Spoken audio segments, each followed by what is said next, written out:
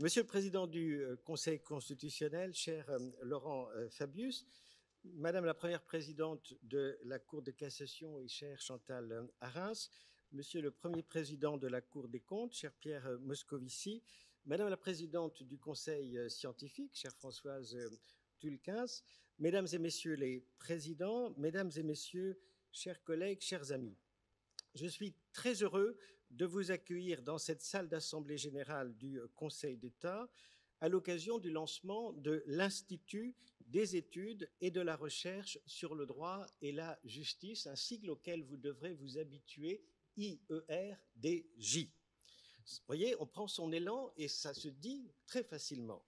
Cette soirée marque à la fois l'aboutissement d'un processus initié il y a maintenant plus d'un an et demi et un moment important pour la recherche dans les domaines du droit et de la justice.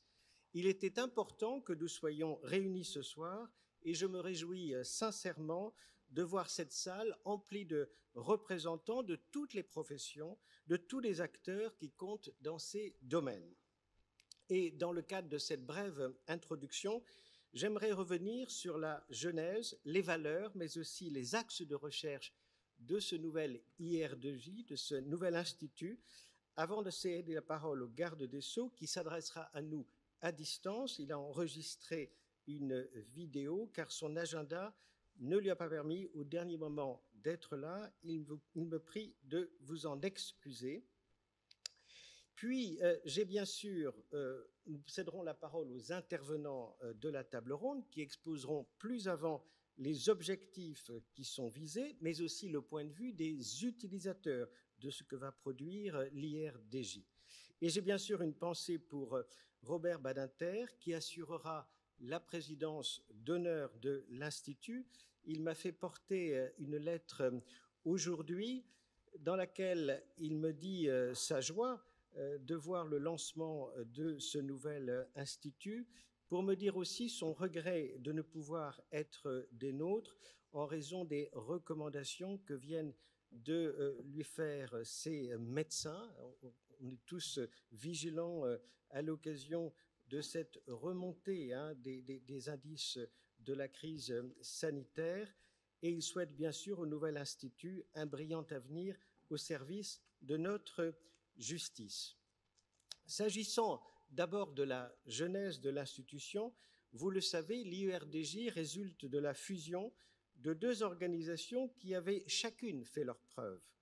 L'Institut des hautes études sur la justice, l'IHEJ, et le groupement d'intérêt public, Mission de recherche droit et justice, MRDJ, créé il y a une trentaine d'années dans le sillage des initiatives prises par Robert Badinter, et l'on sait le rôle qu'a joué aux côtés du président Badinter, le président Dalle, qui dirigeait alors l'ENM, ainsi que Antoine Garapon.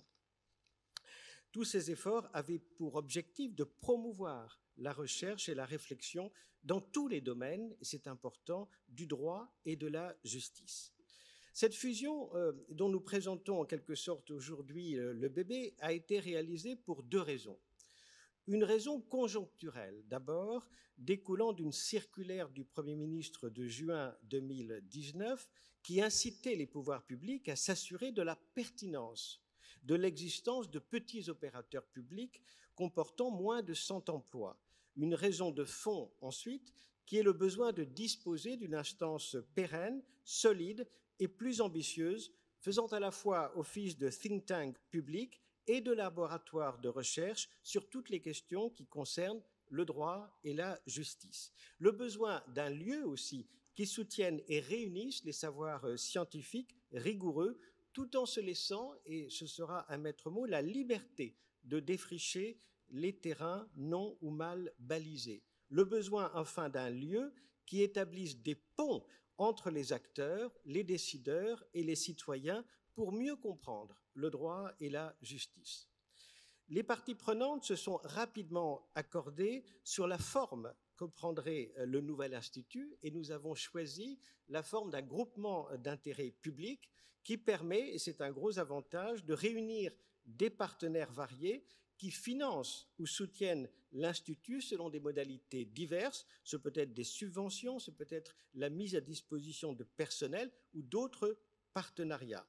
Et je voudrais vraiment, au nom de tous, remercier le rôle décisif qu'a joué Sonia Djebny-Wagner, qui a été chargée de préfigurer et a remis 2 rapports successifs, tout en faisant des propositions qui ont toutes été retenues. Et je voulais remercier Sonia Djebny-Wagner pour la mission qu'elle a accomplie avec beaucoup de lucidité, beaucoup de doigté aussi, beaucoup de finesse et un esprit de concertation qui était nécessaire pour faire avancer le projet.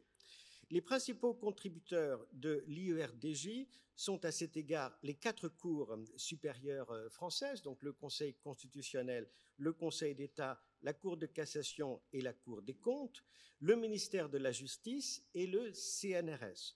La conférence est importante des présidentes et présidents d'universités a spontanément décidé de se joindre au GIP avec le soutien du ministère de l'Enseignement supérieur et de la Recherche, lequel est aussi membre constitutif du groupement. Je voudrais aussi citer parmi les partenaires l'École nationale de la magistrature, la Caisse des dépôts et consignations qui entretient de longue date des relations privilégiées avec les professions du droit, et ces professions sont d'ailleurs elles-mêmes toutes représentées dans l'Institut, le Conseil national des barreaux, le Conseil supérieur du notariat, la Chambre nationale des commissaires de justice, la Conférence nationale et le Conseil national des greffiers des tribunaux de commerce, l'Association française des juristes d'entreprise et le Cercle Montesquieu. Le président Fabius, que je remercie puisque c'est sous sa présidence l'année dernière que, d'une certaine manière, ont été réfléchies ces évolutions sous sa conduite, reviendra lors de la table ronde sur l'histoire de la création de l'IERDJ et l'apport de l'Institut des hautes études sur le droit, sur la justice, et je ne vais pas donc aller plus loin sur ce sujet.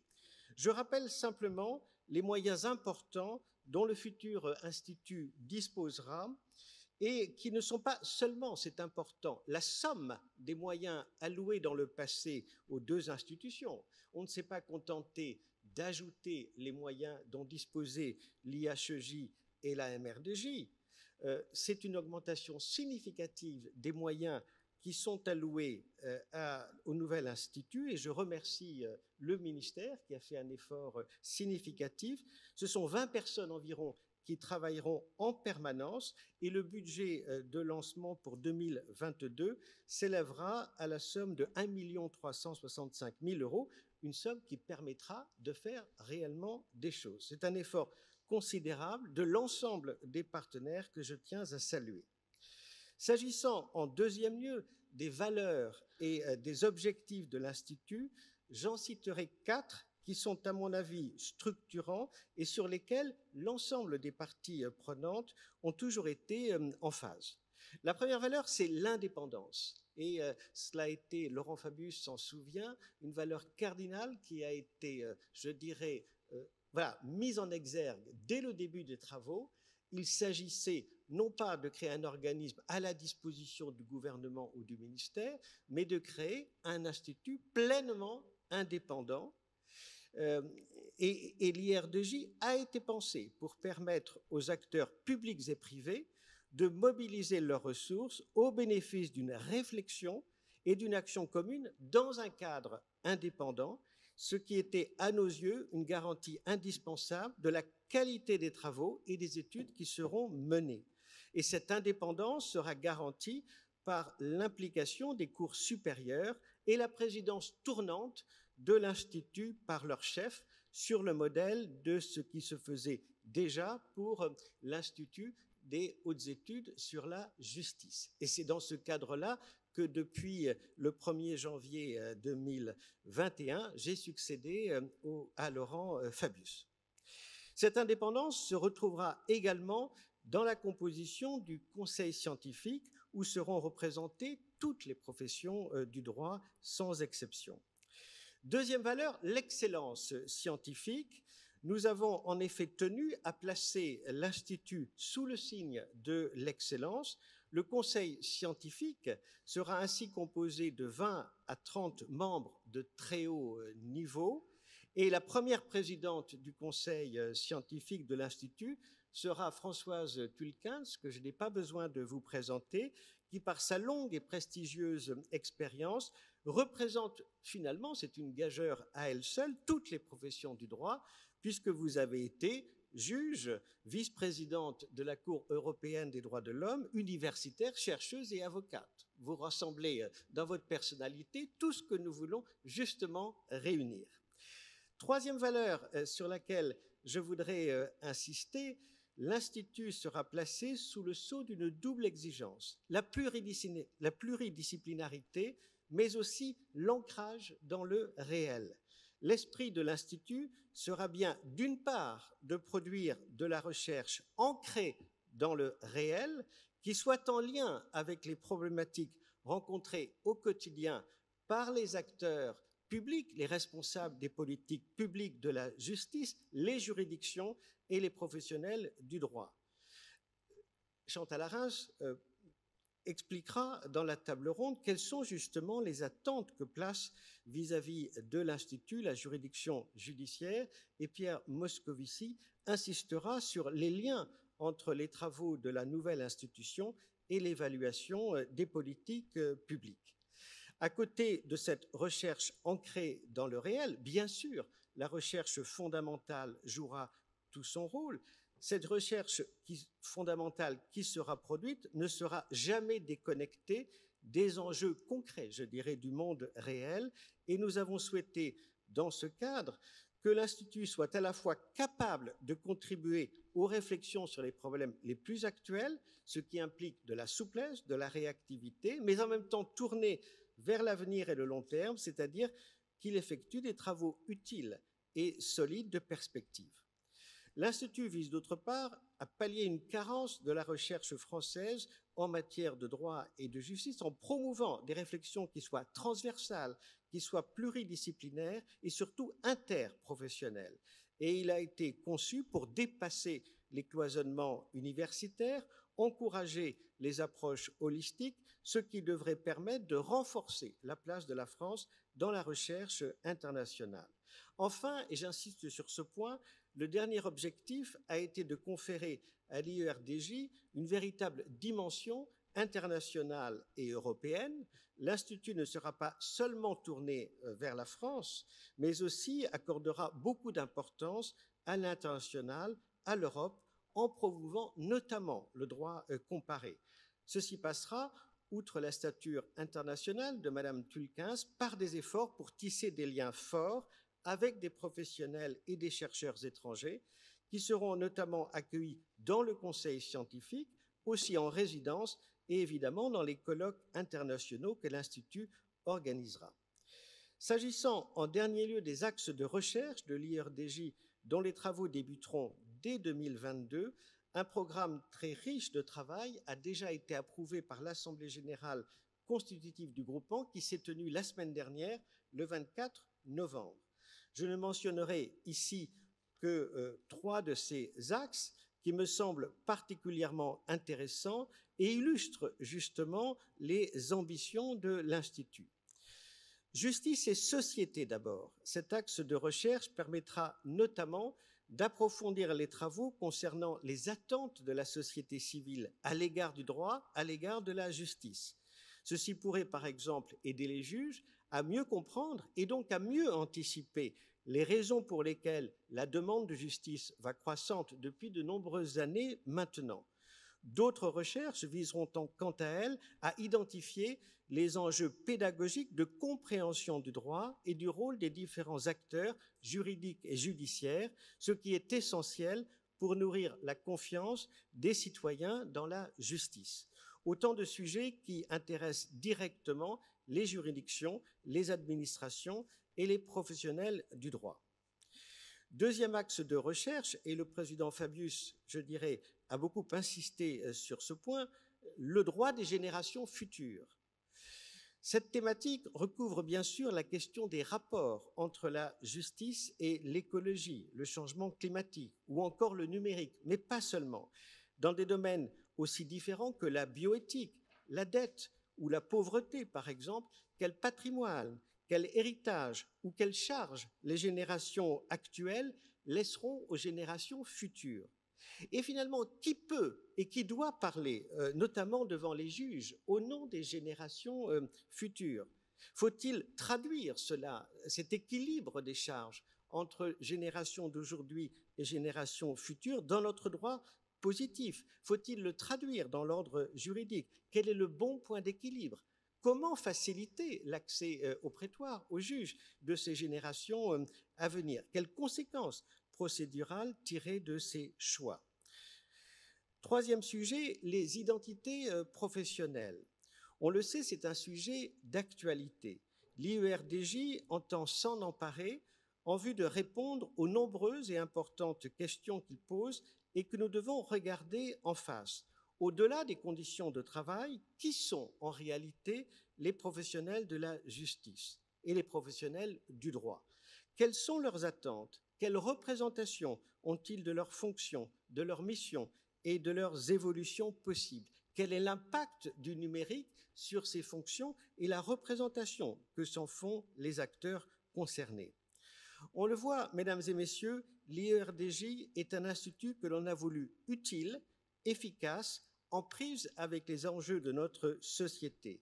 Il est un institut, en tout cas, je le dis aujourd'hui, plein de promesses, et je ne doute pas une seconde qu'il saura les faire éclore sous le patronage des cours supérieures françaises, du ministère de la Justice et du CNRS, sous le regard que l'on sait exigeant de Robert Badinter, sous l'impulsion de Françoise Tulkens et de son conseil scientifique, et enfin, bien sûr, grâce à l'action de toutes les chercheuses, de tous les chercheurs qui prendront part à ces travaux, ainsi que celles et ceux qui le feront fonctionner au quotidien, et je tiens à les remercier par avance très chaleureusement, en pensant naturellement à Valérie Sagan, qui va jouer un rôle clé dans la direction de ce nouvel institut.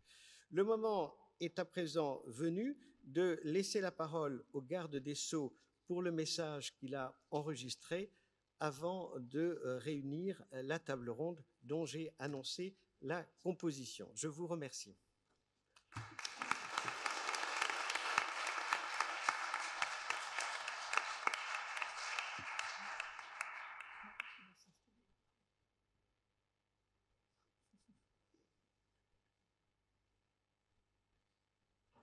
Monsieur le vice-président du Conseil d'État, Monsieur le président du Conseil constitutionnel, Monsieur le président de la Cour des comptes, Madame la première présidente de la Cour de cassation, Mesdames et Messieurs, c'est avec un enthousiasme particulier que nous célébrons aujourd'hui, ensemble, l'inauguration de l'Institut des études et de la recherche sur le droit et la justice, le nouvel IERDJ.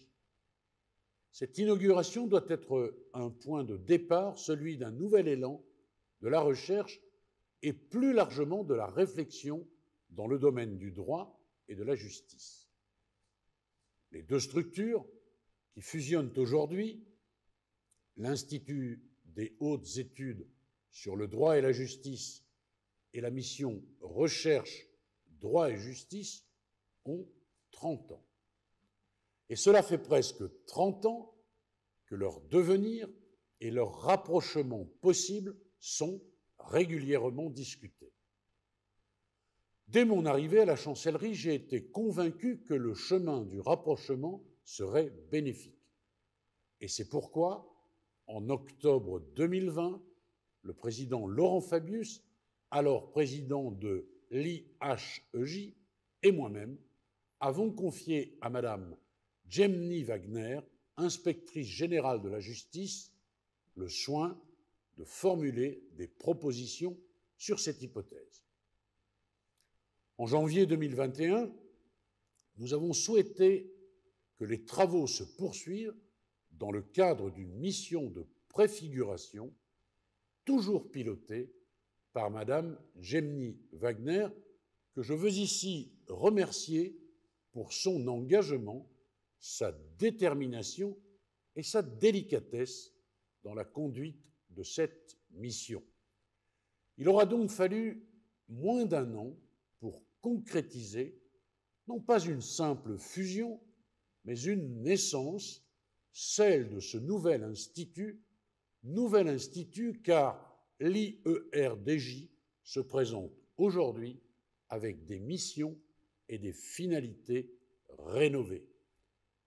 Je voudrais solennellement remercier Monsieur le Président Badinter, qui a accepté de prendre la présidence d'honneur de ce nouvel institut. Lui, qui a posé les fondations de cette maison il y a plus de 30 ans. Ce haut patronage est aussi important pour l'avenir, car il fixe un cap et des valeurs. Cette maison sera en effet accueillante et ouverte. À cet égard, la première grande réussite est de réunir toutes les composantes de la justice par le truchement de leurs éminents représentants. Président du Conseil constitutionnel, vice-président du Conseil d'État, première présidente de la Cour de cassation et premier président de la Cour des comptes, je tiens également à souligner ma satisfaction de l'ouverture du groupement d'intérêt public à toutes les professions du droit, les avocats, les notaires, les greffiers du tribunal de commerce, les commissaires de justice. Et je me réjouis que soit davantage prise en considération la justice consulaire et la justice prud'homale. Cette ouverture concerne enfin de nouveaux partenaires institutionnels, en particulier la Conférence des présidents d'université et la Caisse des dépôts. Tous ont accepté de participer au bon fonctionnement d'une institution d'intérêt collectif, qu'ils en soient tous sincèrement remerciés. Bien évidemment, le partenariat avec le CNRS, dont je salue le président directeur général, demeurera la colonne vertébrale du futur institut. Je m'en réjouis tout particulièrement parce que le cap de l'IERDJ, c'est aussi son excellence scientifique. C'est d'ailleurs afin de garantir cette excellence que l'IERDJ a fait le choix de renforcer son conseil scientifique en nommant à sa présidence une personnalité éminente, Madame Françoise Tulkens, universitaire et ancienne juge à la Cour européenne des droits de l'homme, que je remercie d'avoir accepté ces fonctions. Le ministère de la Justice attend de la nouvelle structure qu'elle porte de grandes ambitions. Et j'ai particulièrement souhaité que cette espérance ne se limite pas à de simples incantations. C'est pourquoi mon ministère a consenti un effort budgétaire significatif pour porter sa contribution, toute valorisation confondue, à 2 millions d'euros. C'est dire combien ma volonté et l'engagement de mon ministère à soutenir la recherche sont concrets. C'est dire combien je serai attentif à ce que, par son vote en conseil d'administration et en assemblée générale, mon ministère puisse, en concertation avec le ministère de l'Enseignement supérieur et de la Recherche et les 4 cours, veiller à la réalisation des promesses que recèle ce nouvel institut. Ces promesses tiennent avant tout pour moi à la richesse des idées, analyses et propositions immédiates ou prospectives qui nous permettront de mieux concevoir, anticiper et concrétiser les politiques publiques de justice. Je pense par exemple à la recherche menée actuellement par la MRDJ sur le numérique, dont la prise en charge éducative des jeunes sous main de justice, ou encore sur celle portant sur les rapports des citoyens à la justice.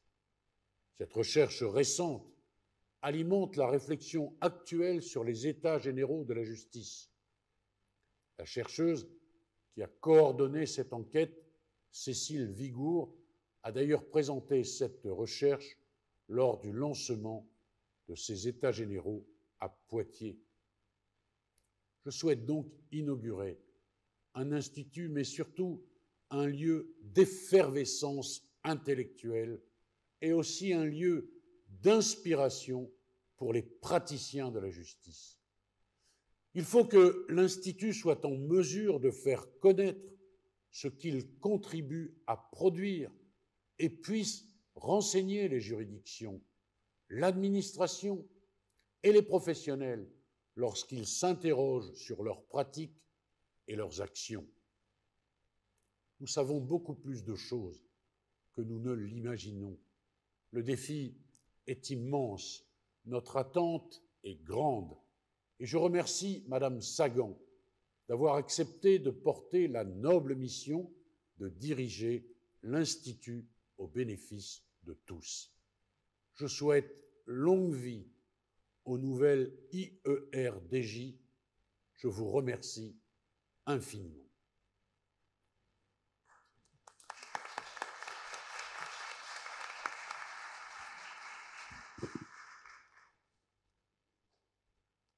Monsieur le vice-président, merci beaucoup pour votre accueil et tout le soutien que vous avez apporté à la création de ce nouvel institut tout au cours de cette année qui s'est écoulée.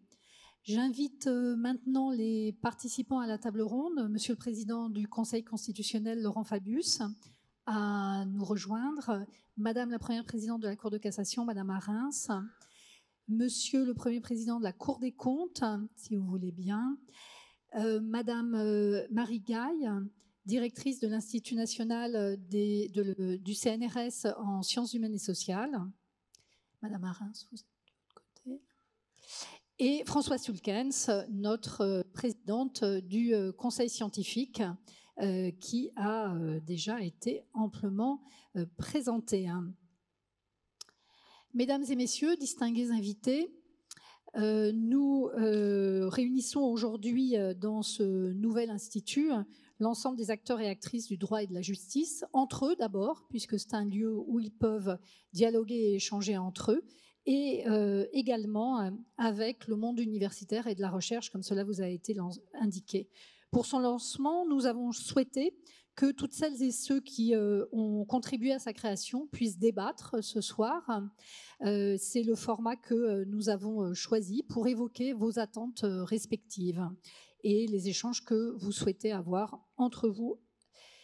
La présence autour de cette estrade, sur cette estrade, symbolise l'héritage des deux structures, l'Institut des hautes études sur la justice, dont on vous a expliqué le mode de gouvernance très particulier et très prestigieux, la présidence à tour de rôle des présidents et présidentes des cours supérieures, et également l'implication extrêmement forte du CNRS depuis le début de la création de la mission de recherche droit et justice, et un engagement qui est d'ailleurs renforcé aujourd'hui dans ce nouvel institut.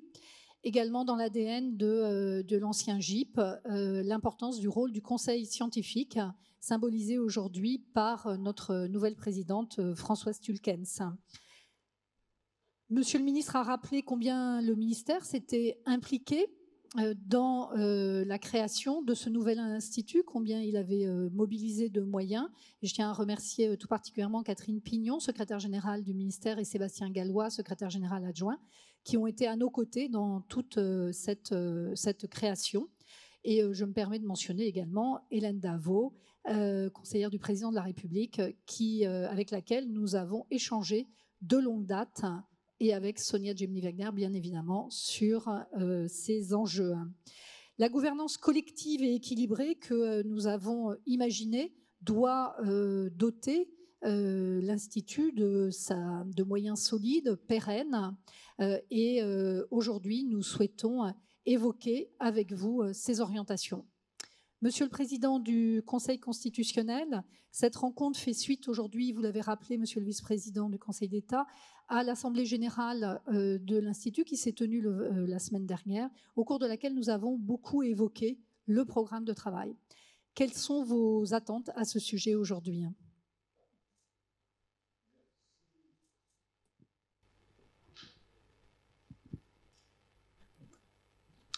Merci beaucoup. Merci, cher vice-président, mesdames et messieurs, chers amis. Le vice-président du Conseil d'État a excellemment rappelé la genèse de cette institution. Il a remercié, il a eu raison de le faire, toutes celles et tous ceux qui ont participé à cette genèse. Il a dit aussi ce qu'on pouvait en attendre, et le garde des Sceaux, il y a un instant, est revenu avec pertinence sur ces différents points. De sorte que, et je prie le vice-président du Conseil d'État de bien vouloir m'en excuser, je ne vais pas faire l'œuvre d'historien qui m'était assigné, mais je vais plus modestement dire ce que, en tant que président du Conseil constitutionnel, je peux attendre rapidement du nouvel institut. Comme il y a été fait allusion, je souhaite m'arrêter quelques instants sur une thématique qui me semble pouvoir et même devoir être au cœur des travaux de l'URDJ et qui revient systématiquement lorsque je pose à mes homologues à la tête de cours constitutionnelles étrangères toujours la même question. Quels sont les contentieux qui vont être importants pour toi dans les années qui viennent et quelles sont les questions, les approches qui sont peut-être insuffisamment traitées? Et la réponse, très souvent, de mes homologues est celle-ci. Ce serait intéressant de connaître un peu mieux et de réfléchir un peu plus profondément sur notre responsabilité à l'égard des générations futures. C'est une question très difficile, mais je pense centrale, à laquelle nous devons essayer de répondre en unissant nos efforts par-delà les différentes disciplines et les différentes professions juridiques. Le fait est qu'à ce jour, sauf erreur collective majeure, peu d'études transversales ont été conduites sur ce sujet. Et c'est pourquoi le nouvel institut, dont, cela a été fort bien rappelé, l'un des cœurs de mission est la prospective, me paraît un excellent cadre pour approfondir cette recherche. Jusqu'il y a peu, convenons que la réflexion invitait à penser surtout le poids du passé sur le présent. Et celui du présent sur le futur pouvait apparaître assez abstrait. Mais aujourd'hui, cette question a en droit une portée théorique et pratique qui mérite, je le crois, que l'on s'en saisisse avec attention. Vous avez peut-être noté que dans une décision récente, la Cour constitutionnelle fédérale allemande a reconnu pour la première fois un principe de responsabilité à l'égard des générations futures dans le domaine de l'environnement et singulièrement du climat.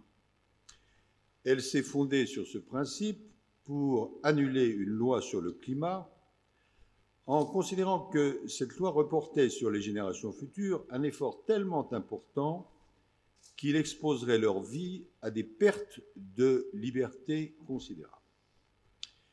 Et cette décision, qui donne un contenu à une justice pour le futur et soulève bien sûr beaucoup de questions, peut aussi concerner notre pays et notre justice. Par exemple, où situer les générations futures dans la summa divisio classique des personnes et des choses? Par exemple, qui pourra agir au nom des générations futures quand la recevabilité de l'action suppose un intérêt né et actuel? Et quid de la prescription de la preuve du lien de causalité? Et, dépassant et résumant l'ensemble, qui est le mieux à même de s'exprimer au nom des générations futures? Les recherches de ce type doivent certainement concerner d'abord l'environnement. Mais la question de la responsabilité à l'égard des générations futures dépasse ce sujet majeur, avec à chaque fois des enjeux importants de prévisibilité et de sécurité juridique. Par exemple, la santé, avec le biopouvoir qui investit la vie au point de la transformer. La bioéthique, avec la question du transhumanisme, de ses conséquences, de ses limites et de ses dangers. La sécurité, face aux menaces en tout genre, terroristes, cyberattaques, etc. Les finances publiques, avec la question non négligeable, Monsieur le Premier Président, du poids de la dette sur les générations futures. D'une certaine manière, les réflexions autour du droit des générations futures invitent à nous demander quels parents, quels grands-parents, quels ancêtres voulons-nous être? Et à cette question, plus encore que les structures qui l'ont précédée, auxquelles je veux à nouveau rendre hommage, l'IERDJ doit être en mesure d'apporter des éléments de réponse appuyés sur deux piliers centraux qui décideront finalement de son succès et qui ont été cités précisément par le vice-président du Conseil d'État, l'indépendance et l'excellence. Et l'Institut, dans cette mesure, contribuera à une justice de l'avenir authentiquement juste et, ce qui n'est pas moins important, ressentie comme telle. Pour cette raison, pour toutes les autres qui ont déjà été abordées, qui le seront dans la suite de cette fin d'après-midi, je souhaite à l'IERDJ, qui peut-être, nous regrettons tous l'absence bien compréhensible de Robert Badinter, qui peut-être, je parle de l'IERDJ, prendra un nom plus simple dans le futur. Pour cette raison et pour toutes les autres, je nous souhaite un très bel avenir. Merci.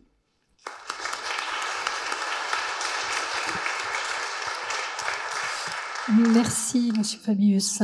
Madame la Première Présidente de la Cour de cassation, je rappelle également que vos responsabilités s'étendent avec Monsieur le Procureur général à la présidence du Conseil d'administration de l'École nationale de la magistrature et la présidence du Conseil supérieur de la magistrature.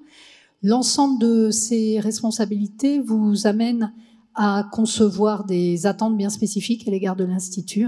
Quelles sont-elles ? Merci beaucoup, en fait. Et ce que je voulais dire à titre liminaire, j'adhère tout à fait aux propos de Monsieur le Président Fabius, parce qu'il me paraît absolument essentiel qu'un institut de recherche ait une vision prospective de ce qui est en train de se passer et puisse en tirer des conclusions pour les générations futures. À titre liminaire, je souhaiterais remercier les membres de Bientôt Feu, l'Institut des hautes études pour la justice, et tout particulièrement son secrétaire général, qui pendant de très nombreuses années, Antoine Garapon, a été une sorte de phare en fait, et par ses visions très éclairantes pour la justice.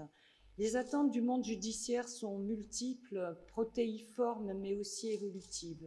Actuellement, l'institution judiciaire traverse une crise importante et il me semble qu'il faut urgemment prendre en compte en fait les causes profondes et probablement anciennes de cette crise et peut-être encore plus qu'hier, réfléchir à la justice que nous voulons et que nous pourrons avoir demain.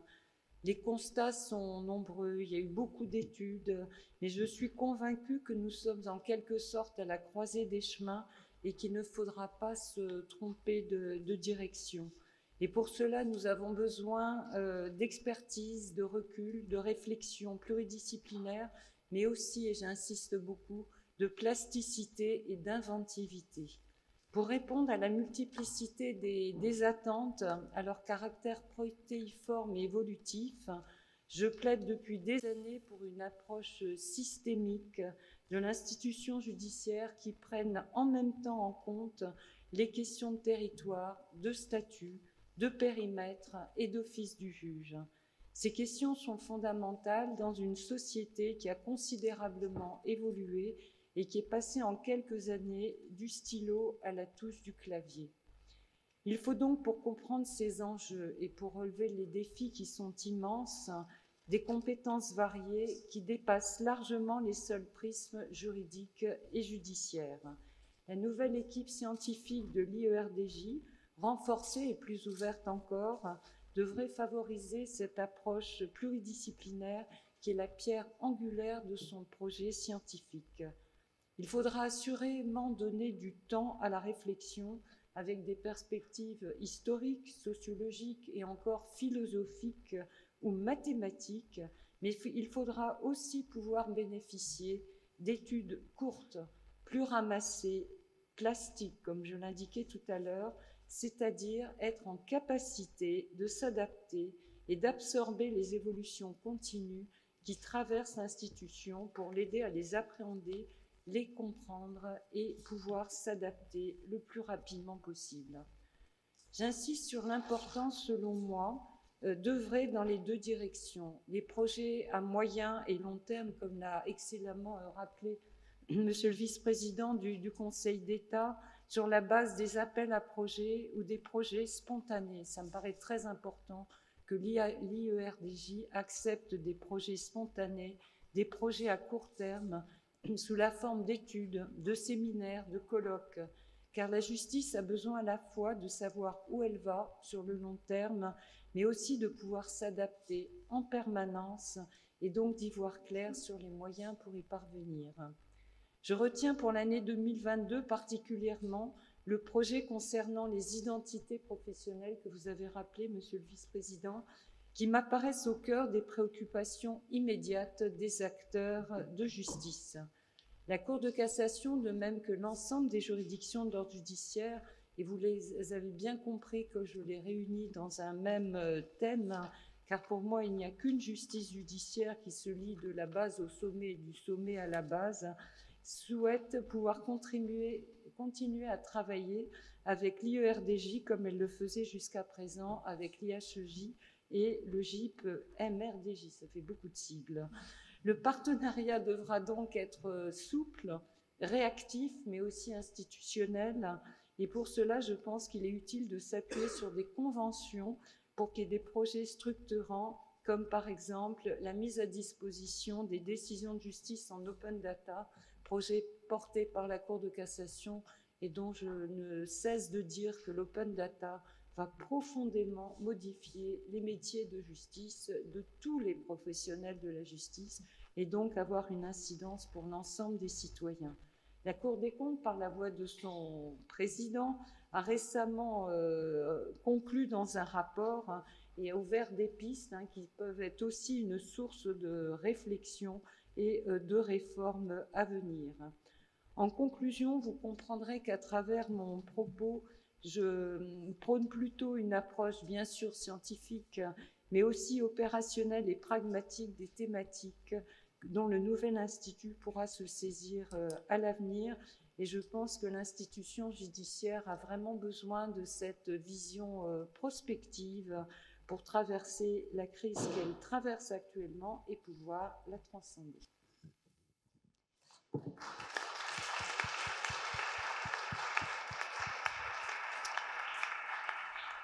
Je vous remercie. Monsieur le Premier Président de la Cour des comptes, votre institution, bien évidemment, est active en matière d'évaluation des politiques publiques.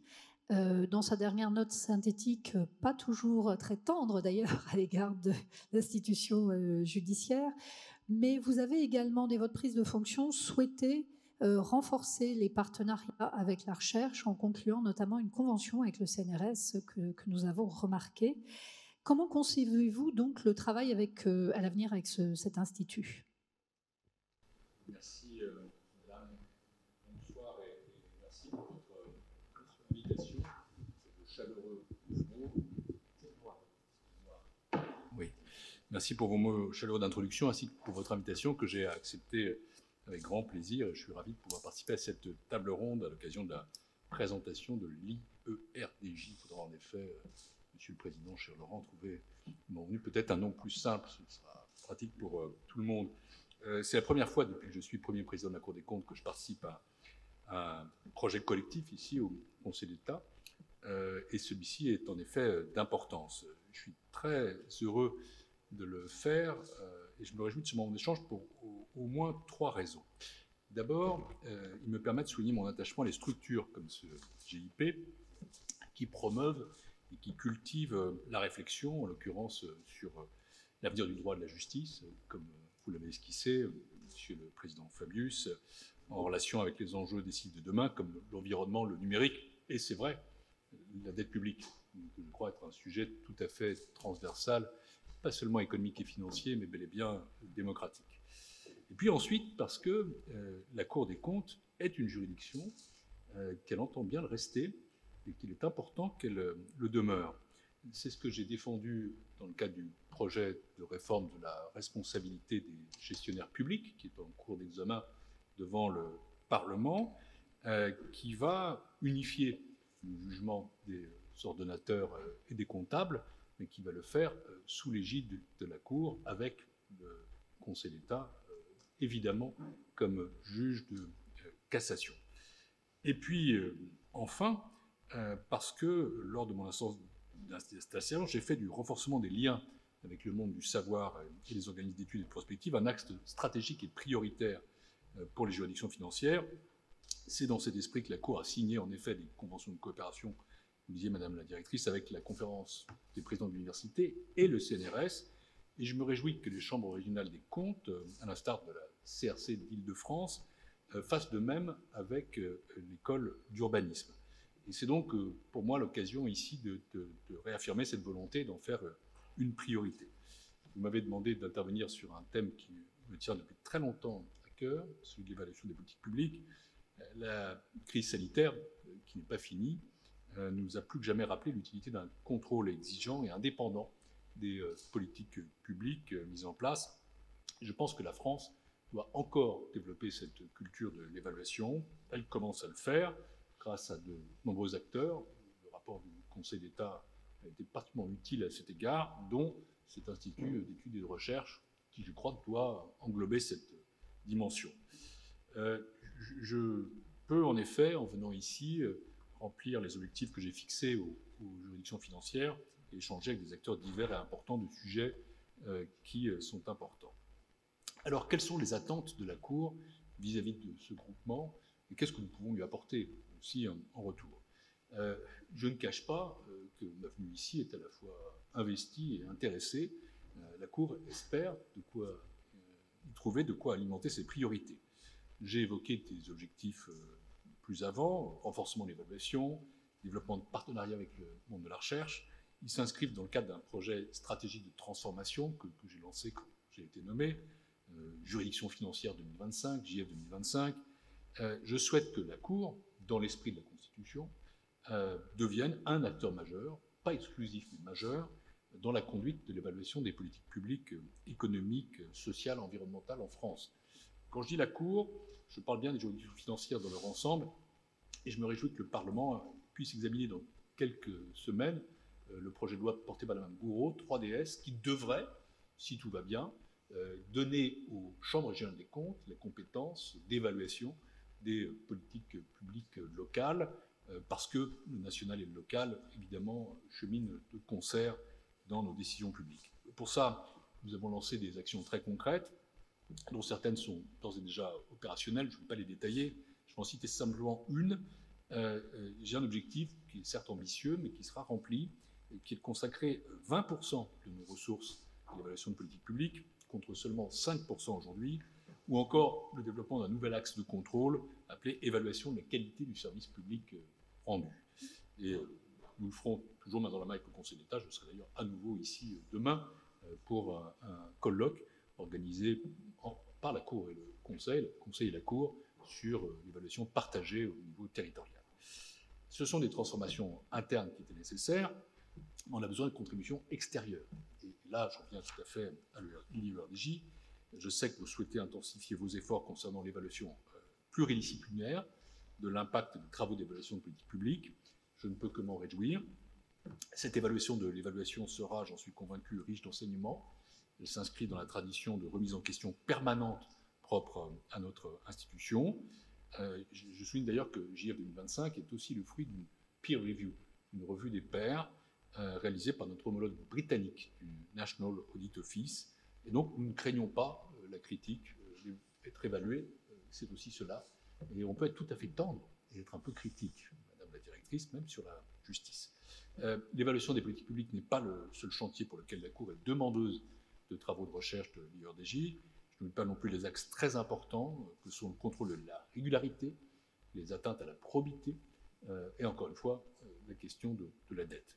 Tout ça est d'autant plus important que la réforme en cours de la justice financière, voulue par le gouvernement, mais que nous avons aussi anticipé, va modifier très profondément la mission de juger les comptes et la gestion des acteurs publics. Et donc nous devrons nous consacrer à l'examen, au jugement d'infractions financières réellement fautives des gestionnaires publics.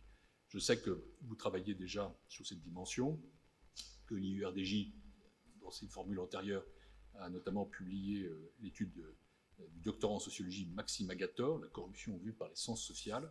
C'est une approche synthétique qui est vraiment essentielle à mes yeux pour mieux connaître le phénomène corruptif et orienter l'action publique comme son contrôle. Et à ce titre, je regrette que l'appel à projet réalisé sur ce thème si essentiel des atteintes à la probité publique n'ait pas encore intéressé. Donc, je relance cet appel. Je suis convaincu que le séminaire de mobilisation de la recherche que vous animerez en partenariat avec l'Agence française anticorruption permettra d'attirer des candidatures pour l'année prochaine.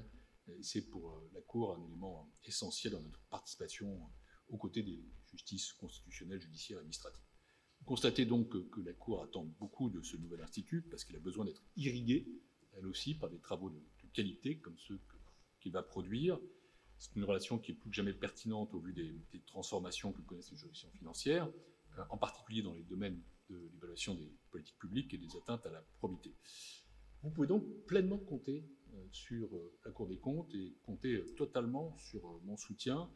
Très concrètement, la Cour accueillera la réunion du Conseil scientifique le 18 mars et elle s'en réjouit.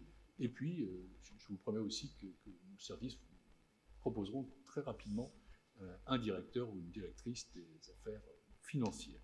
Merci pour votre attention.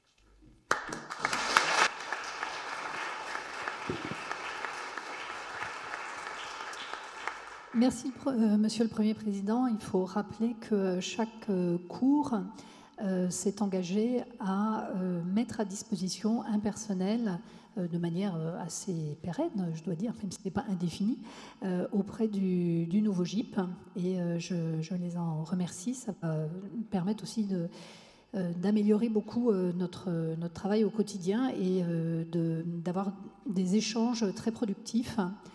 Le CNRS, Madame la Directrice, le CNRS est le deuxième gros contributeur du GIP depuis son origine. Donc là, j'évoque le GIP Mission de recherche dans la justice.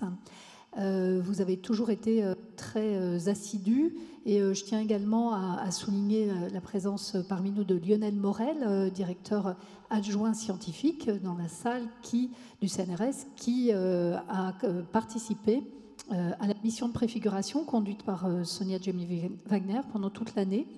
Et le service juridique également du CNRS nous a soutenus dans cette mission de préfiguration. Donc, comme vous le savez, il y avait des représentants des deux anciennes organisations, du CNRS et du ministère de la Justice.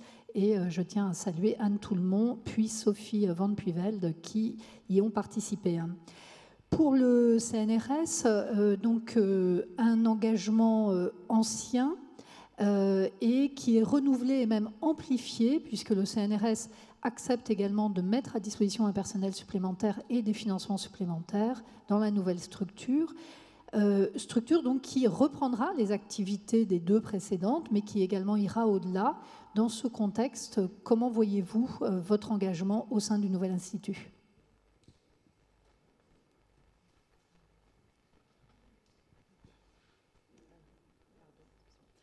Bonsoir. Je voudrais tout d'abord vous saluer au nom d'Antoine Petit et vous prier de l'excuser. Il est engagé par ailleurs.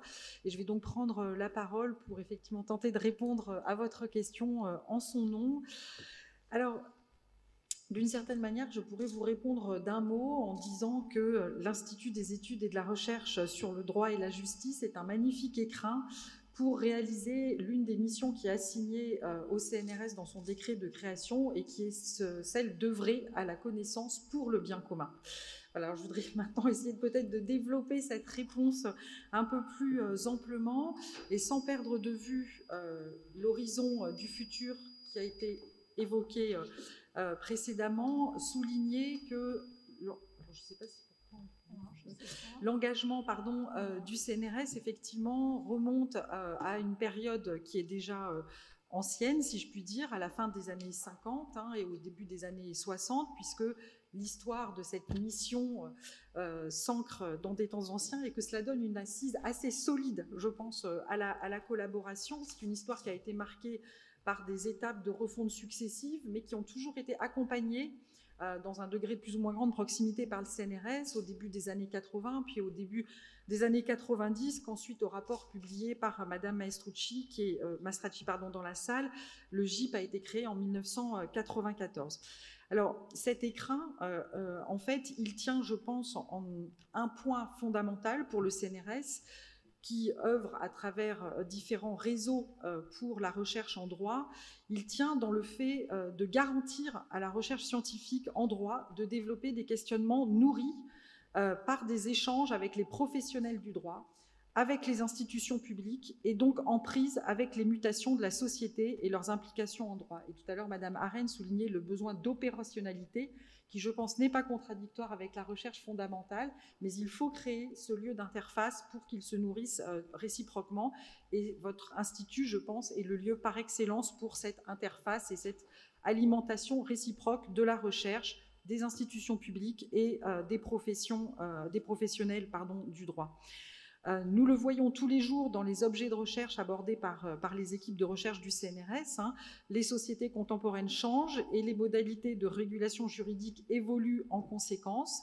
Ces régulations juridiques, elles sont aussi un moyen pour nous d'appréhender le sens que les sociétés humaines accordent à leurs évolutions historiques, à leurs droits. Et donc, de ce point de vue, à travers les dialogues qui seront développés dans cet institut, c'est pour nous une façon de nourrir tout à fait essentielle la réflexion sur la manière dont les sociétés humaines s'appréhendent dans leur rapport au passé, présent et futur.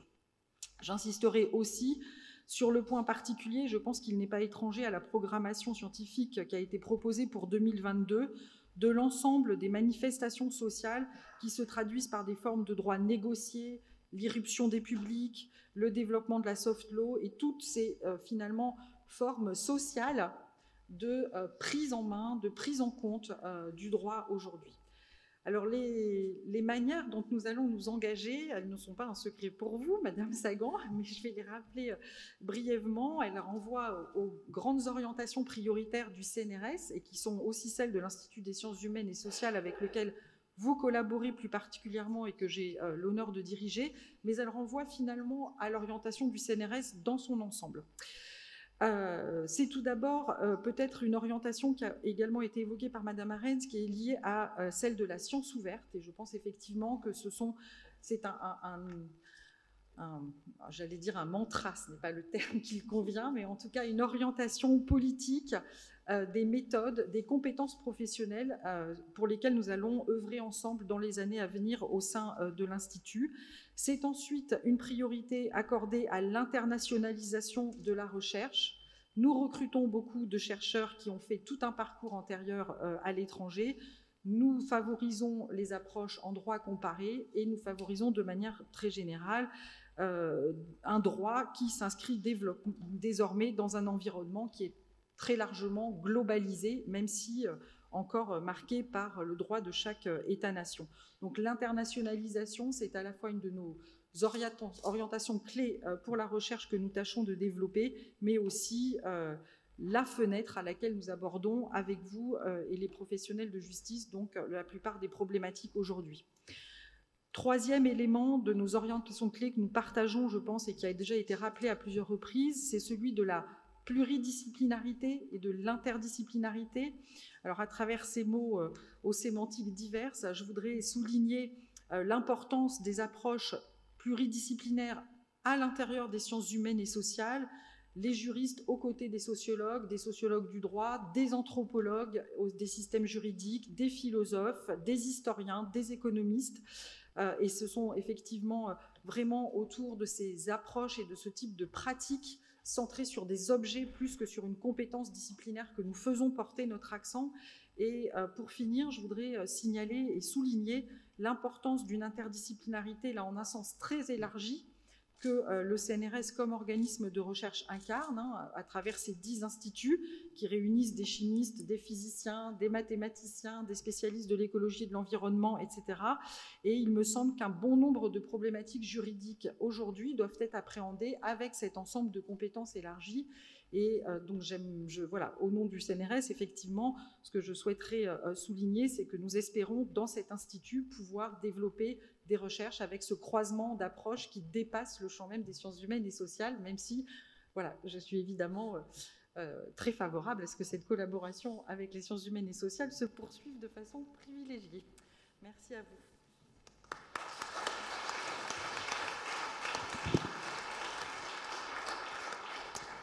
Merci bien, Madame la directrice. Effectivement, ça c'est un enjeu que nous avons bien en tête, qui va d'ailleurs se refléter dans la composition à venir.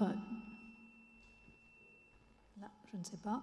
Dans la composition à venir du Conseil scientifique, je profite de cette aparté sur le Conseil scientifique pour saluer la venue, l'intégration au Conseil scientifique de Pierre Delmas-Goyon, qui est présent parmi nous, qui a accompagné également, je ne sais pas si ça fonctionne, mais qui a accompagné également de manière très dynamique et assidue toute la période de préfiguration en sa qualité de secrétaire général de l'IHEJ, et je ne vais pas le présenter longuement, mais qui a une longue carrière dans la magistrature judiciaire à différents postes, et également dans la réflexion sur l'évolution de l'institution judiciaire, et aussi une implication forte dans le Comité national consultatif de bioéthique. D'éthique, pardon. Madame la présidente du Conseil scientifique, chère Françoise, nous sommes vraiment honorés de votre présence. Vous êtes docteur en droit, vous avez vécu 1000 vies, tant vos activités, vos publications sont extrêmement nombreuses. Vous faites des travaux, vous avez mené beaucoup de travaux de recherche, vous avez été enseignante à l'université de Louvain, avocate. Vous avez occupé des positions très nombreuses que vous pourrez retrouver dans le dossier, dans différentes institutions qui tournaient autour de la question des droits humains et de l'écologie également, en présidant le tribunal Monsanto récemment, et vous avez été vice-présidente de la Cour européenne des droits de l'homme. Après tout cela, quel intérêt voyez-vous aujourd'hui à participer à cet institut ? Merci beaucoup, merci bien. Je vois un très grand intérêt. Et alors, quand vous évoquez, effectivement, voilà une vie assez remplie, mais je crois que les droits humains, la justice et le droit, ça vaut la peine qu'on y consacre un peu sa vie, et qu'on y consacre une grande partie de sa vie. Je trouve que c'est d'une importance cruciale. Alors ici, la jonction entre ces deux instituts, pour moi, je suis vraiment émue de ça, parce que l'Institut des hautes études sur la justice, je le connais presque depuis toujours. Il a inspiré des générations de chercheurs. Le GIP que vous présidez, que vous avez présidé, que vous présiderez, c'est un lieu d'effervescence intellectuelle absolument passionnant. Et de voir maintenant ces deux institutions qui vont travailler ensemble, eh bien, ça ne peut produire que quelque chose de magnifique. Donc ça, je voudrais vraiment d'abord saluer ces deux institutions et cette naissance ou cette renaissance. Alors, je trouve aussi que c'est quand même un moment extrêmement fort ce que nous vivons ici. Au moment où la situation politique, économique, sociale est tellement difficile, où on parle de crise de tous côtés, de pandémie, de découragement, de perte de confiance, je trouve qu'une initiative telle que celle-ci, de rassembler ces deux instituts, d'y accorder des moyens supplémentaires, comme je l'ai entendu, pour le droit et la justice, eh bien, je trouve que c'est un moment symboliquement important et matériellement et opérationnellement vraiment très, très significatif. Donc voilà, ça, je voudrais vraiment le dire, combien ce qui se passe aujourd'hui est même un peu historique à mon humble avis. Alors, je voudrais dire quelques mots. D'abord, quelle justice? Quelle justice, et puis parler de quelle recherche, et puis quelle priorité. Alors, quelle justice? Parce que ça sera un peu le rôle du conseil scientifique. Et tout ce que j'ai entendu ici dans les diverses interventions, je vais évidemment les répercuter au sein du conseil scientifique pour que ça puisse alimenter les discussions, les débats et les orientations. Alors, quelle justice? Eh bien, effectivement, je l'ai entendu, une justice de qualité. Une justice de qualité, la justice, au fond, c'est la finalité du droit. Et peut-être plus que ça, la justice, c'est l'horizon du droit. Mais un horizon, on n'y arrive jamais. Un horizon, c'est quelque chose dans lequel on tend toujours. Et donc, je trouve que la justice comme horizon du droit, c'est vraiment pour moi un thème absolument capital. Alors, on a parlé d'une justice de qualité ou une justice d'excellence, sans aucun élitisme, ou alors il faut être élitiste pour tous. Mais une justice de qualité, une justice d'excellence, pour moi, c'est une justice, je dirais pour moi, et puis on va en discuter avec le conseil scientifique, mais vous l'avez dit, c'est une justice ancrée dans le réel. C'est une justice, Madame la Première Présidente de la Cour de cassation, adaptée aux évolutions. Ça, c'est d'une importance vraiment importante. C'est une justice responsable. C'est une justice exemplaire. Et Nicole Mestrachy, il y a déjà longtemps, elle se rappelle peut-être plus, mais moi je m'en rappelle. Parce que Nicole Mestrachy a dit la justice, ce n'est pas gérer des stocks, mais c'est discuter, c'est travailler avec des personnes, des hommes, des femmes, des enfants. Et ça, c'est vraiment une dimension de la justice qui est capitale, qui est essentielle. Donc, cette justice que nous voulons, eh bien, c'est une justice de qualité. Et si c'est à ces deux instituts, ce nouvel institut IERDJ, je suis toujours un peu fâchée avec les acronymes, donc pardonnez-moi, si cet institut peut effectivement contribuer à cela, eh bien, ça serait quelque chose d'une importance fondamentale, je dirais, pour la société, pour les justiciables et pour les personnes. Alors, quelle recherche?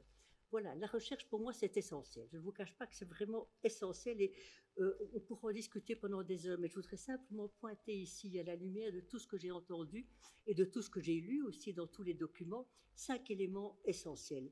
D'abord, une recherche solide, sérieuse. Ça, c'est capital. Une recherche solide, et je l'ai vu au GIP sous la direction de Valérie Sagan.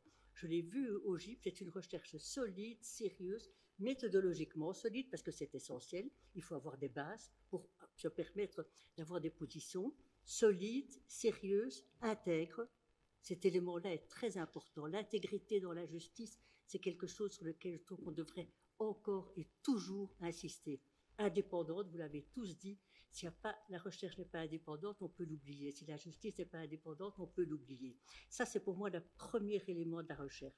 Deuxièmement, et vous l'avez dit, Madame, pour le CNRS, et je ne peux assez partager votre opinion, une recherche interdisciplinaire.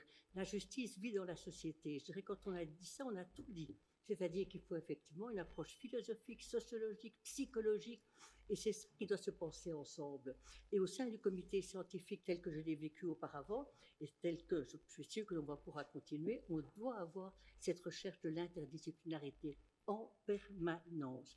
Une recherche aussi alors, et ça vous l'avez tous dit, et je suis entièrement convaincue avec ça, une recherche qui à la fois doit s'attacher au local, à la proximité, parce que la justice, c'est aussi la proximité, mais aussi au niveau national et aussi à l'européen et à l'international.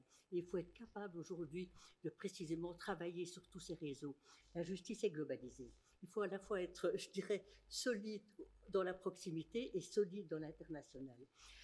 Une recherche aussi de pointe. On distingue souvent la recherche de pointe et la recherche de veille. La recherche de veille, je ne l'écarte pas du tout, c'est la recherche qui accompagne les développements, et les magistrats et les avocats et le personnel de justice en a certainement besoin, mais il faut aussi une recherche de pointe. Et une recherche de pointe, eh bien, c'est une recherche fondamentale. C'est une recherche fondamentale qui, au début, paraît peut-être un peu étrange ou un peu bizarre, mais qui, en définitive, est vraiment essentielle si on veut avancer. Si on veut non seulement comprendre le passé, vivre le présent et penser l'avenir. Et alors ça, c'est la qualité suivante que je vois par rapport à la recherche. On parle de recherche prospective. Je ne sais pas si je suis très favorable à ce mot, pardonnez-moi. Moi, je pense plutôt à une recherche visionnaire. C'est ça que la recherche doit faire. On doit voir au départ de ce que l'on vit ici, qu'est-ce qui, demain, pourrait faire sens pour les personnes. Il faut être visionnaire dans la recherche. Ça, si on n'est pas visionnaire dans la recherche, elle n'avancera pas. Elle n'avancera pas, donc il faut, mais prospective, je peux l'accepter tout à fait.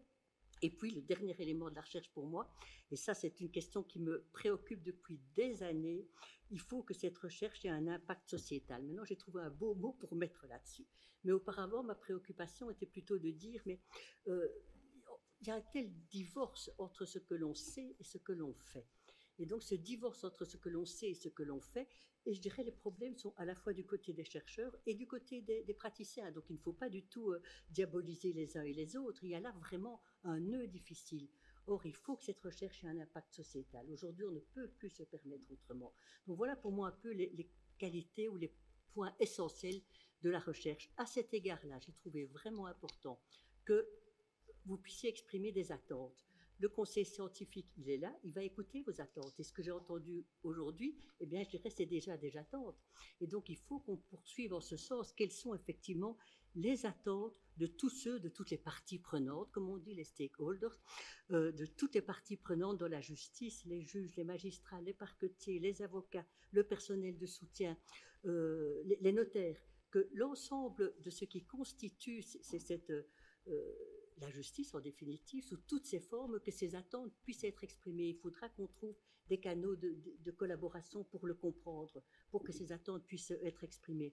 Donc voilà, une justice de qualité, mais qu'est-ce que ça veut dire la qualité? Alors j'ai essayé il faudra encore y travailler. Une recherche, quelle recherche? Eh bien, une recherche qui répond à une série d'exigences fondamentales. Les priorités, vous les avez tous évoquées. Monsieur le Président Fabius, là, les générations futures, je dirais ça, c'est aujourd'hui capital. Comme vous disait Burdeau, ça va bousculer toutes les idées et les principes de droit. Ça, c'est certain. C'est tout à fait une nouveauté. Le droit s'occupe du passé et du présent. Et bien maintenant, on va se préoccuper des générations futures. Alors, c'est sûr que cet arrêt de la Cour constitutionnelle allemande bouleverse tout d'une certaine manière. Et on voit une cross-fertilisation des rapports entre toutes les juridictions suprêmes aujourd'hui, travaillant cette question des générations futures. Pour moi, je ne le cache pas, c'est essentiel et ça ne concerne pas que le climat ni l'environnement. On va pouvoir le décliner dans toute une série de choses. Et ça, c'est vraiment novateur. C'est vraiment novateur de penser que le droit ne s'occupe pas simplement de nos intérêts actuels, mais des intérêts futurs. Et si on traduit ça en termes de droits humains ou de droits de l'homme, eh bien, c'est un peu la troisième génération des droits de l'homme fondée sur la solidarité intergénérationnelle. C'est ça pour moi le droit des générations futures. C'est introduire cette solidarité intergénérationnelle. Donc je trouve ce thème est vraiment extrêmement riche et par rapport à la mission et par rapport au conseil scientifique, on pourra le décliner dans toute une série de choses. Et Madame Sagan l'a dit, et vous aussi vous l'avez dit, Monsieur Moscovici, la dette, la pauvreté, la bioéthique, les droits des femmes, excusez-moi, ça rentre là-dedans aussi, c'est quand même très important, c'est une question qu'aujourd'hui on ne peut plus tout simplement laisser sous le tapis. Donc cette question des générations futures, pour moi c'est un thème extrêmement fort, extrêmement porteur, pour autant qu'on le décline bien. Les besoins de justice, de toute justice, parce que ça vous l'avez évoqué, Monsieur le Premier Président, les besoins de justice. Alors on parle toujours du pénal, et moi qui viens du pénal, évidemment, c'est la reine des disciplines, mais non, il y a aussi à côté de ça la justice civile qui est capitale. Si la justice civile ne remplit pas son rôle, et bien évidemment, ça va remplir les prisons. Donc la justice pénale, la justice civile, la justice administrative, donc on doit avoir là une palette beaucoup plus importante d'analyse au niveau des besoins de la justice. Les identités professionnelles, bien entendu, parce que ça, c'est une question auquel on ne peut pas ne pas s'en occuper. Ce sont des gens, des hommes, des femmes qui travaillent avec une immense motivation, avec des difficultés. On ne peut plus passer sous silence cette question des identités professionnelles, mais là, ce sont les psychologues qui vont nous aider. Ce n'est pas les juristes qui vont trouver une solution à ça. Ensemble, nous allons le trouver. Donc voilà, alors tout ça, ça va passer au conseil scientifique, que j'ai simplement ici l'honneur de représenter, et je suis vraiment très heureuse que vous m'avez proposé de le faire. Et je le ferai avec la plus grande motivation, au meilleur de mes possibilités, comme disent les Anglais, the best of my capacity. Vous avez vu comment il est composé, c'est dans votre dossier, hein, donc il faut bien le voir. Vous voyez là, c'est 30 personnes qui viennent un peu de tous les azimuts. J'ai eu l'occasion déjà au sein du GIP de travailler avec certaines d'entre elles, avec beaucoup d'entre elles, dans une très bonne atmosphère de compréhension réciproque. Personne ne s'attache à ces dogmes. Tous les dogmes, pardonnez-moi de le dire, mais tous les dogmes doivent pouvoir être revisités. Si on veut.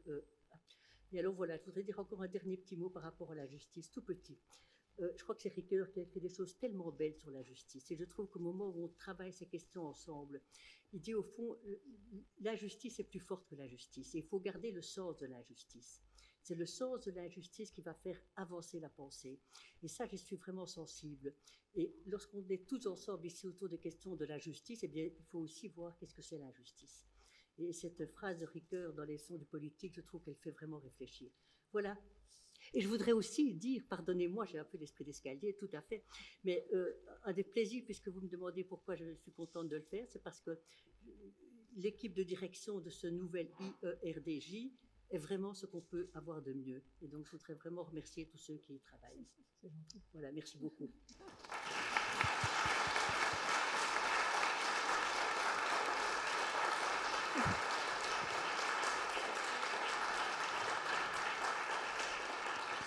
Merci beaucoup, Madame la Présidente. Merci de votre confiance. Dans l'équipe de direction, je tiens à signaler Katia Martin-Chenu, directrice de recherche au CNRS, mise à disposition par le CNRS, qui assure la direction adjointe scientifique, et Harold Épineuse, qui est avec nous aujourd'hui, secrétaire général adjoint de l'IHEJ et qui sera directeur adjoint chargé de la coordination des programmes. Je ne peux pas, dans le temps qui nous est imparti, citer les deux équipes dont vous trouverez la présentation dans le dossier, qui sont présents parmi nous et que je vous invite à rencontrer ensuite. Je voulais vous signaler que nous disposons de 20-30 minutes de possibilités d'échange et de débat avant de pouvoir poursuivre de manière plus informelle autour d'un cocktail. Et donc, avant, pour vous laisser le temps de réfléchir à vos interventions ou à vos questions, je voulais enfin mentionner que nos débats aujourd'hui sont centrés sur l'avenir, mais l'avenir se construit évidemment sur ce qui a pu être positif dans le passé. Nous avons mentionné le rôle joué par Nicole Maestracchi et le rapport un peu fondateur de 1990 sur la politique de recherche. Je tiens à saluer également la présence de Christian Vigourou, que je ne présente pas, qui a également été toujours habité, je crois, par la volonté de faire progresser la recherche, la connaissance, et qui a beaucoup soutenu dans un certain nombre de périodes où on a essayé collectivement les uns et les autres de faire avancer la constitution de ce nouvel institut qui à l'époque n'avait pas forcément exactement cette dénomination-là. Et également la présence parmi nous de Sylvie Perdriol, qui a été une participante extrêmement active au sein de l'Institut des hautes études sur la justice et sur la justice du XXIe siècle. Pardonnez-moi pour les autres distingués invités de ne pas tous vous citer. Vous êtes tous évidemment impliqués, c'est la raison pour laquelle vous êtes présents, mais je tenais à vous remercier collectivement. Et je vous donne la parole.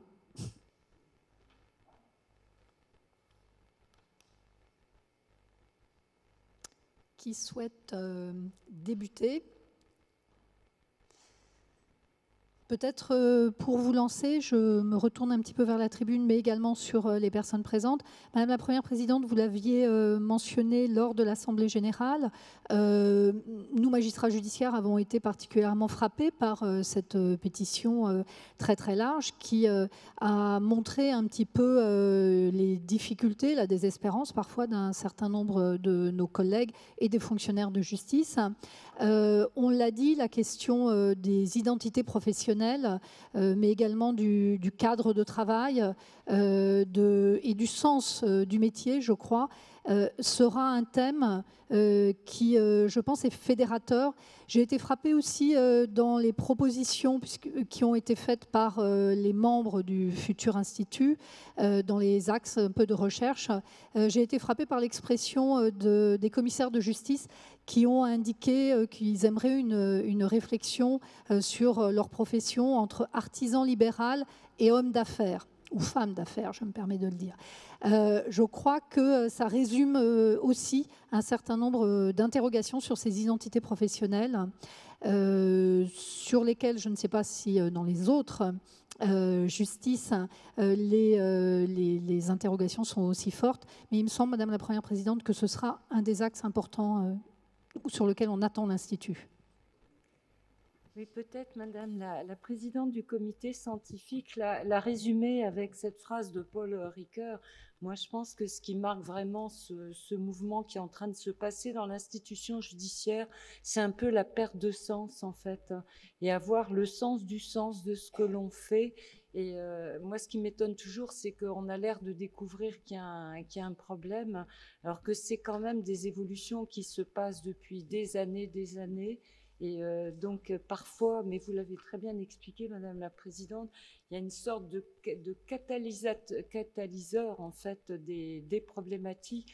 Et c'est pour ça, moi, ça me semble extrêmement important qu'un institut de recherche puisse avoir une vision extrêmement globale, parce que vous l'avez dit aussi, Madame la Présidente, moi, ce qui me marque, c'est qu'on évoque proximité, mais on évoque rarement la spécialisation. On n'évoque jamais toutes les thématiques ensemble.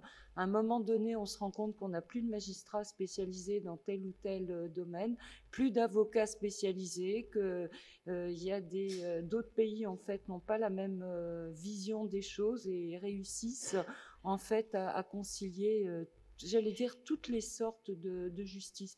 Et c'est vrai que moi, j'attends beaucoup de cet institut, parce que, comme l'a dit Monsieur le Président Fabius, en fait, avoir cette capacité d'avoir, vous l'avez dit, une vision, c'est-à-dire de dépasser un peu ce qu'on est en train de vivre.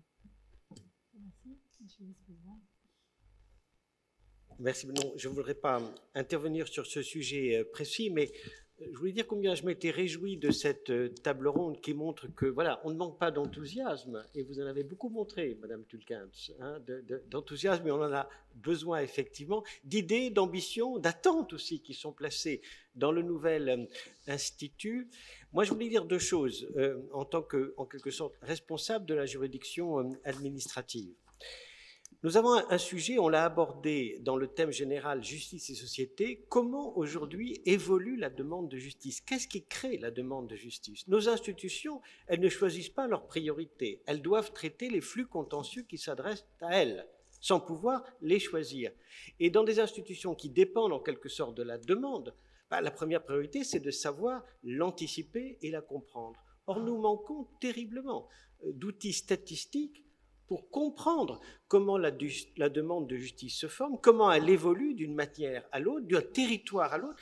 Moi, je suis frappé. D'un tribunal administratif à l'autre, en une année, les évolutions peuvent être de plus à moins 20%.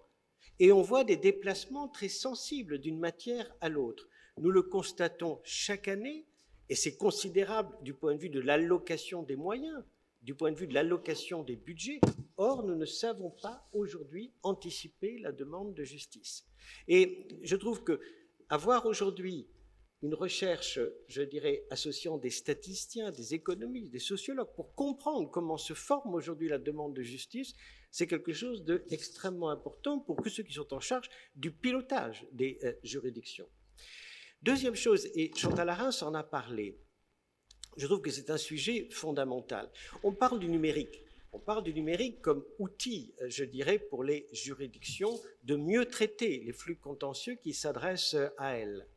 Mais il y a derrière le numérique des enjeux, à mon avis, fondamentaux qu'il faut aborder. Le premier problème, et on a parlé des philosophes, on a parlé des anthropologues, on a parlé des sociologues. Moi, je crois qu'il faut davantage de ponts entre le monde du droit et le monde de la justice et le monde de l'économie et de la recherche économique.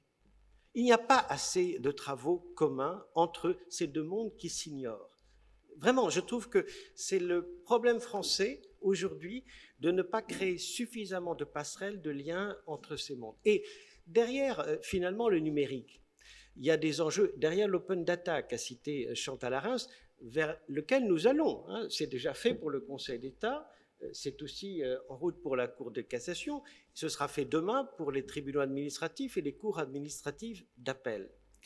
Derrière tout ça, il y a quand même un sujet économique. Qui va prendre le pouvoir dans le traitement de ces données? Qui va maîtriser les algorithmes qui vont finalement orienter le travail des avocats et demain celui des juges, par définition? On parle de legal tech, on parle de start-up, mais supposez que demain, ce soit les GAFA qui aient ce pouvoir. Est-ce qu'il n'y a pas là un enjeu économique et presque démocratique? Est-ce que ces sujets ne méritent pas d'être étudiés avec un peu d'anticipation et de vision? Deuxième sujet, l'open data. Je le vois bien en tant que Cour suprême, notre rôle, c'est d'orienter la jurisprudence et de hiérarchiser nos arrêts, nos décisions. Il y en a qui font jurisprudence et d'autres qui sont suivistes. Et nous le faisons par le fichage, par le signalement que certains arrêts sont de principe et d'autres ne le sont pas. L'open data comporte un risque fondamental d'arasement de la jurisprudence, de non-hiérarchisation. Et grâce à l'open data, on pourra opposer à un arrêt de principe une ordonnance d'un juge unique ou une décision qui peut-être n'utilisera pas le même vocabulaire et semblera affaiblir. Et naturellement, devant le juge, on invoquera la seconde plutôt que l'arrêt de principe. Donc comment tout cela va orienter le travail des avocats, des professionnels du droit et donc aussi des juges? Il y a là aussi des enjeux de clarté du droit, clarté de la jurisprudence, de fabrication du droit. Et je trouve qu'il faut aussi, les aborder. Vous voyez donc, cette table ronde, elle est aussi formidable parce qu'elle nous permet de penser et d'avoir d'autres idées. Le problème, c'est qu'il faudra aussi fixer des priorités. On ne pourra pas tout faire. Vous nous interrogiez sur la réaction qu'on peut avoir par rapport à cette pétition. Et sans sortir de mon rôle, je pense que bon, c'est comme un phénomène qui doit interpeller, faire réfléchir, et qui montre sans doute un malaise ou un questionnement qui est assez profond et qui vient de loin. Il ne faut pas sous-estimer. Et ça me fait penser à une réflexion qu'on a souvent en économie. On dit une richesse que d'hommes, il y a aussi de justice que d'hommes et de femmes. Et c'est une question à laquelle un institut comme celui-ci, à mon avis, ne peut pas échapper. Vous évoquiez tout à l'heure une note sur les enjeux structurels que la Cour avait produite sur la justice, effectivement assez critique, mais à partir de constats qui sont des constats de gestion, qui d'ailleurs, je crois, ne sont pas totalement contestés par le ministère. J'ai eu l'occasion d'en parler avec le ministre lui-même dès son arrivée. Je suis conscient que dirigeant une institution comme la Cour des comptes, je n'ai pas ce type de problème, que la qualité au travail est reconnue comme excellente, parce que nous avons aussi des moyens pour cela, mais les moyens ne suffisent pas. Il faut avoir des projets et des moyens.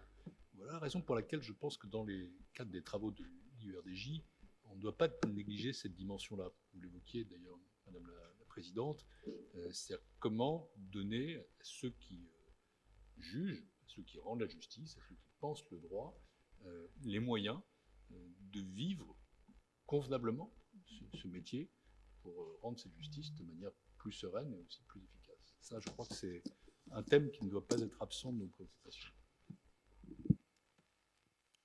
Oui, effectivement, c'est même un thème assez récurrent déjà aussi de travaux précédents. Sur la nécessité du renforcement des moyens, mais également de la redéfinition du métier et des conditions d'exercice du métier ou des métiers, puisque beaucoup de métiers qui sont concernés. Hein. Je voulais également mentionner que l'implication des cours, et en disant cela, j'espère ne pas aller au-delà de vos intentions, mais il me semble que vous l'avez tous exprimé, hein, représentait aussi une opportunité pour les universitaires et les chercheurs de pouvoir avoir une porte d'entrée peut-être auprès de vos institutions pour être vous-même objet de recherche.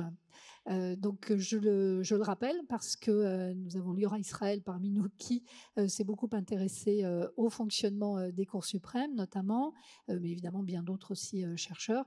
Et je pense que cette ouverture, alors vous parliez d'évaluation, mais là il ne s'agit pas d'une évaluation, mais de recherche qui peuvent être importantes. J'en profite si vous n'avez toujours pas de questions ou d'observations. Pour signaler aussi la présence d'un certain nombre d'entre vous qui participent directement aux travaux des actuelles structures, notamment les membres du conseil scientifique, le président actuellement du prix Carbonnier, Jean-Michel Sommer, qui est par ailleurs évidemment président du SDER de la Cour de cassation, mais aussi je voudrais signaler les anciens ou ancienne directrice et directeur du GIP, Sandrine Zientara-Leger, qui est parmi nous.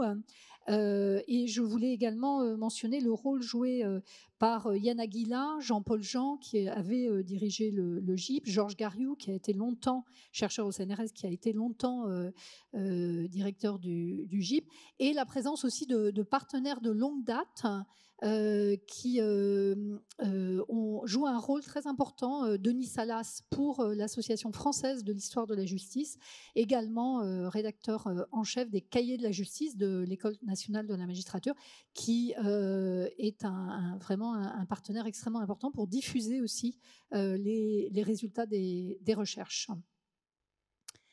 Est-ce que vous avez des demandes de parole? Un certain nombre de représentants des juridictions, chefs des juridictions sont parmi nous. On essaye, et je pense que ce sera un des enjeux, et vous l'avez demandé dans le cadre du débat sur la Convention constitutive, qu'on puisse vraiment mettre l'accent sur la collaboration avec les juridictions.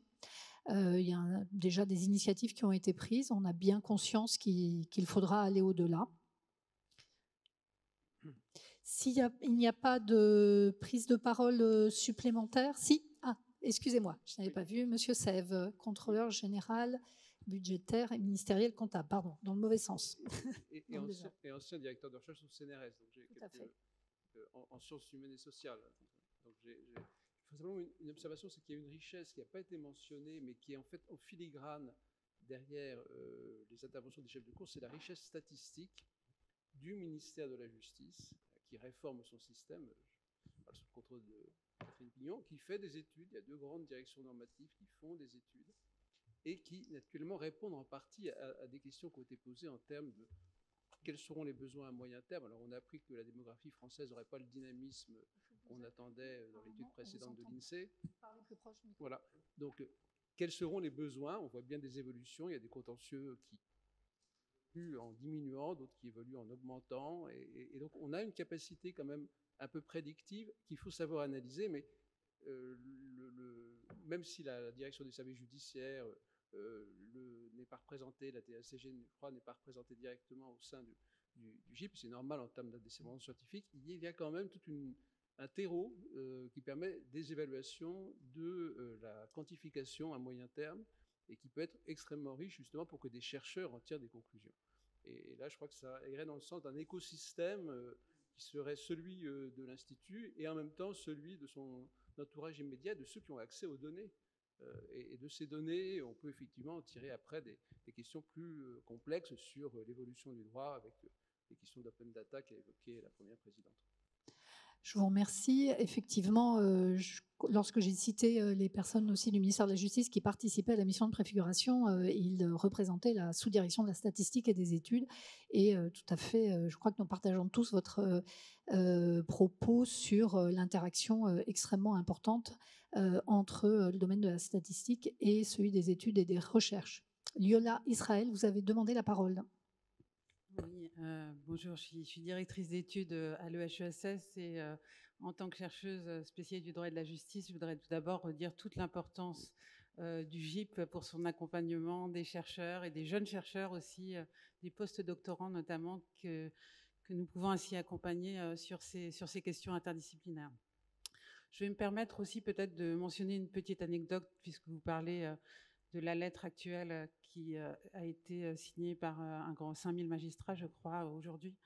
J'ai été invitée en tant que sociologue, justement, pour animer une session des États généraux de la justice à Douai la semaine dernière.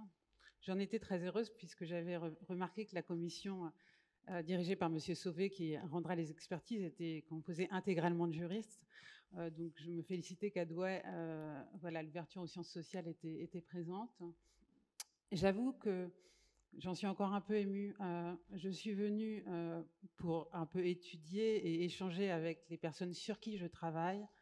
Et en entendant le constat de souffrance qui très rapidement est remonté, nous étions à Douai, pas loin de Béthune, dont est parti ce courrier, j'ai retrouvé les mêmes souffrances que traversent les personnels de l'enseignement supérieur et de la recherche ou de l'éducation nationale, que ce soit le manque de moyens qui nous conduit à perdre le sens de l'humanité qui fonde nos métiers, que ce soit les problèmes techniques, matériels, les interfaces informatiques qui ne fonctionnent pas, qui handicapent notre quotidien, que ce soit la dévalorisation qui touche de manière générale trop de fonctions du service public. Voilà, permettez-moi de le dire ici avec une certaine émotion. Dernier point en une seconde. Je remercie aussi le GIP pour l'accompagnement qu'il donne aux chercheurs qui travaillent de manière empirique sur le droit et la justice et qui connaissent, surtout pour les plus jeunes, souvent des problèmes d'accès aux sources, vous l'évoquiez, une difficulté à entrer dans les juridictions, une difficulté à se faire accepter, à ce que soient comprises les nécessités liées à l'étude empirique, d'observer des réunions habituellement fermées, de pouvoir réaliser des entretiens, de pouvoir poser des questions apparemment indiscrètes, mais qui en fait sont protégées dans leur exploitation par toutes les règles de l'anonymat. Et donc, pour ce rôle de passeur, je remercie aussi le GIP parce qu'il est nécessaire pour mener, je crois, les recherches que vous attendez. Je vous remercie. Merci beaucoup, Madame Israël. Monsieur Nyongo, vous avez demandé la parole pour le Conseil national des barreaux.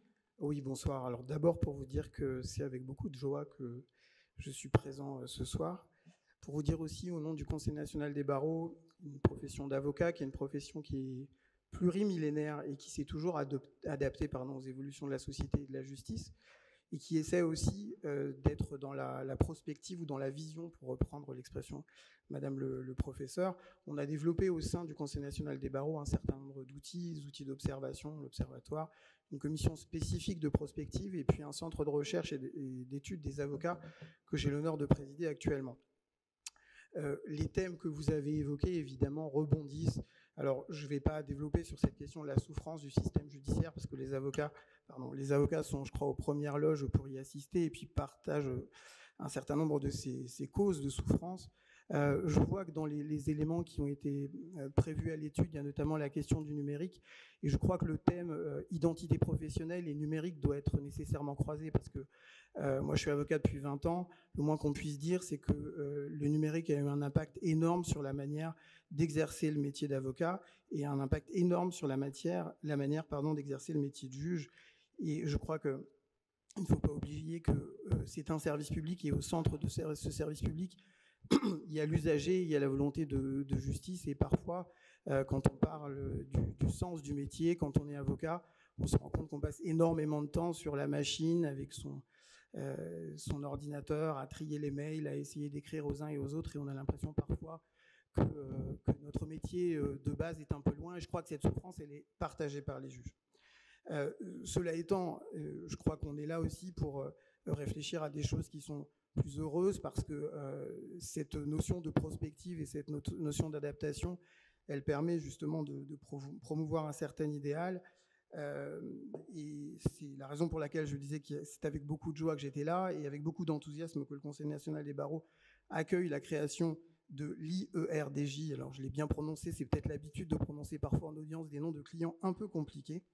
Je crois que ça sera un lieu privilégié d'échanges transversaux et interprofessionnels, ce qui est toujours une grande richesse, un lieu de réflexion en gardant toujours les pieds sur terre, parce que j'ai bien entendu qu'il s'agissait de sciences, mais de sciences aussi opératives. Et puis, je disais, j'appartiens à une profession plurimillénaire. C'est une profession qui croit depuis toujours à l'intelligence collective et à la co-construction. Merci beaucoup. Monsieur Fabius. voudrais ajouter une raison supplémentaire d'optimisme à ce que nous faisons cet après-midi. J'ai, comme beaucoup d'entre vous, l'expérience de rapprochement entre structures. Il y a une règle qui différencie le rapprochement entre structures des mathématiques. 1 plus 1 ne font jamais 2. En général, ça fait 1. Exceptionnellement, ça fait 3. Mais de ce que vous avez réussi à faire, je pense en particulier à vous-même, madame, et à votre voisine, j'ai l'impression que les difficultés auxquelles on se heurte en général lorsqu'on rapproche, lorsqu'on fusionne, eh bien, en un temps record, vous les avez surmontées. Ce qui fait qu'on peut parler du fond. C'est exceptionnel. Et c'est un signe très fort d'optimisme. Donc, bravo à vous. Merci beaucoup, Monsieur Fabius. J'en profite justement pour dire que c'était, pour reprendre aussi les termes de Maître Nyongo, que ça a été une œuvre très collective. Vous nous avez tous soutenus également dans cette œuvre, et nombreux aussi qui sont ici, et une œuvre qui a impliqué beaucoup les deux équipes de l'IHEJ et de la MRDJ qui sont présents, et que je remercie très vivement pour leur engagement, et qui a été déterminant, je pense, dans cette réussite. Je vous propose que nous terminions ces échanges. Je pense que nous avons bien entendu tous les objectifs que vous nous assignez, qui s'appuient quand même sur des travaux existants qui étaient riches, et nous devons aller au-delà. Nous avons bien entendu vos attentes aussi en termes de différentes temporalités, qui est un débat auquel nous sommes habitués.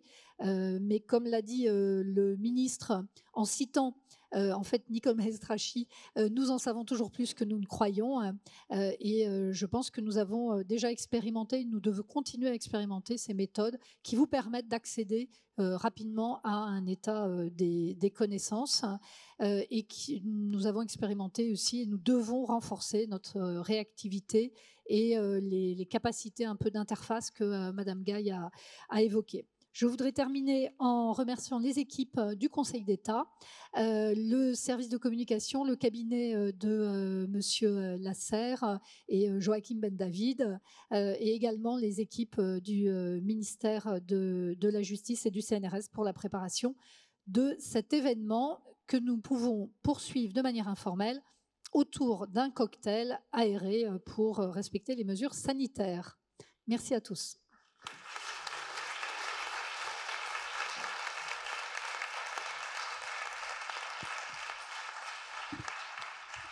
Bravo Bruno, bravo à toi. Non, c'est un travail tout à fait remarquable.